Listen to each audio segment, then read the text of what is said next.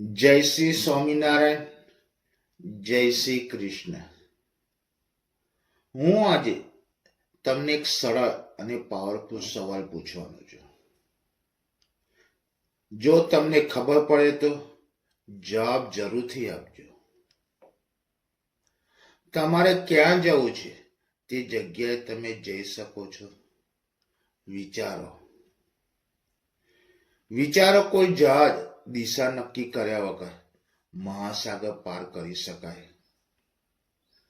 તો પછી આપણે કેમ માનીએ છીએ કે આપણું આટલું મૂલ્યવાન જીવન કોઈ ચોક્કસ લક્ષ્ય વિના સફળ થઈ શકે? લક્ષ્ય વિનાનું જીવન એટલે માત્ર સમય પસાર કરવો, આગળ વધવું નહીં. જેમ નદીમાં વહેતા લાકડાના ટુકડાની જેમ પ્રવાહ જ્યાં લઈ જાય ત્યાં જવું. શું આપણી અંદર શક્તિ હોવા છતાં પણ દિશાના અભાવે નિષ્ફળ જઈએ છીએ? તો યાદ રાખો, સફળતા કોઈ આકસ્મિક ઘટના નથી, તે આંધી દોડ પણ નથી.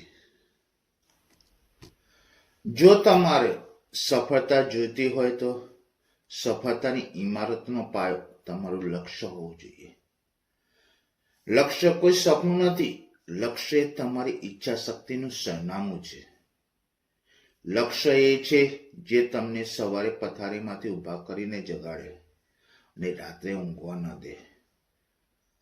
તો આપણે શું કરવું જોઈએ?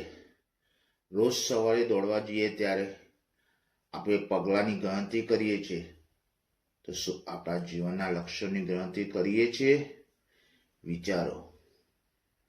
જો તમારે સફળતા મેળવવી છે તો તમારા દિવસ, તમારા મહિના અને તમારા વર્ષ માટે 3 લક્ષ્ય નક્કી કરો. તમારું લક્ષ્ય સ્પષ્ટ અને ચોખ્ખું હોવું જોઈએ. તમારું લક્ષ્ય માપી શકાય તેવું હોવું જોઈએ અને તમારું લક્ષ્ય તમને પ્રેરણા આપનારું હોવું જોઈએ. જો તમે લક્ષ્ય નક્કી નહીં કરો તો બીજા કોઈના લક્ષ્યને સિદ્ધ કરવામાં વ્યસ્ત રહેશો. આ તમારું જીવન છે અને આ સમય પણ તમારો છે.